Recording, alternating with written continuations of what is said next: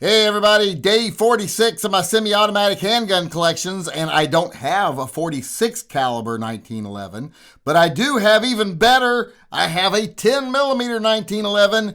This is my 10 millimeter long slide Dan Wesson Bruin.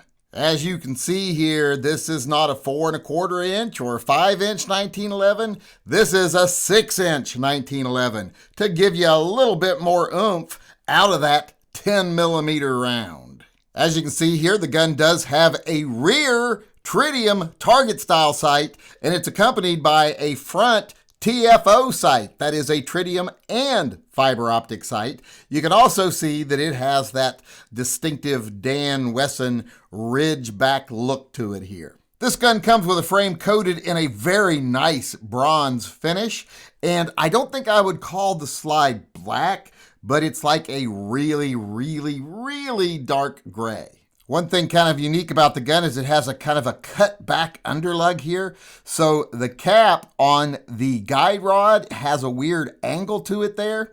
And so does the barrel bushing, which is a very kind of a different situation here. The barrel itself, however, has a very nice reverse crown on it. But this front end is, like I said, a little different and makes it a little bit more difficult to reassemble, but it really does give it a cool look. Now, this gun is called the Bruin. It's named after a bear, and I think you can see why, because this is one bear of a gun. Long slide, 10 millimeter 1911. This gun will just get the job done. And speaking of those 10 millimeter rounds, of course, it holds 9 plus 1 for a total of 10 rounds of 10 millimeter.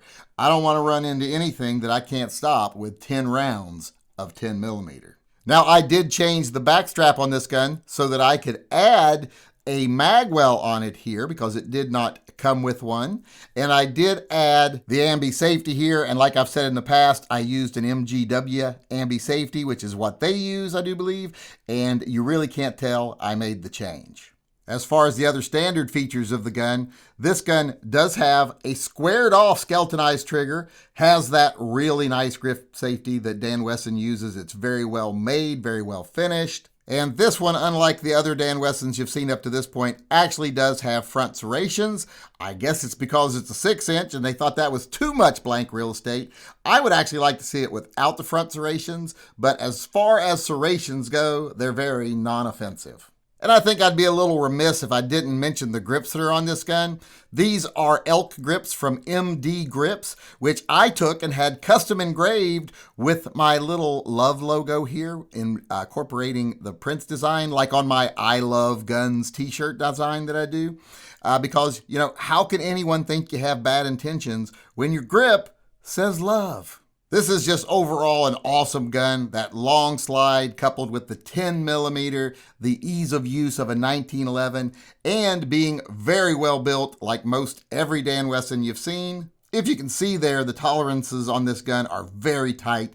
This gun is very well made. Like I've said many times in the past, pretty much custom quality build, but at a production gun price, actually a high-end production gun price, but still not anywhere near a custom build price. I like this gun so much, in fact, I actually carried it for quite a while. 1791 Holsters sent me a prototype 6 inch 1911 holster for this gun, and I carried it for weeks until Turnip ate it when he was a puppy. So that was the reason I quit carrying this gun, took it out of my carry rotation because I just didn't have another holster for it.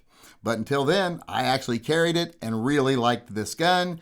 It is my Dan Wesson long slide 10 millimeter Bruin 1911.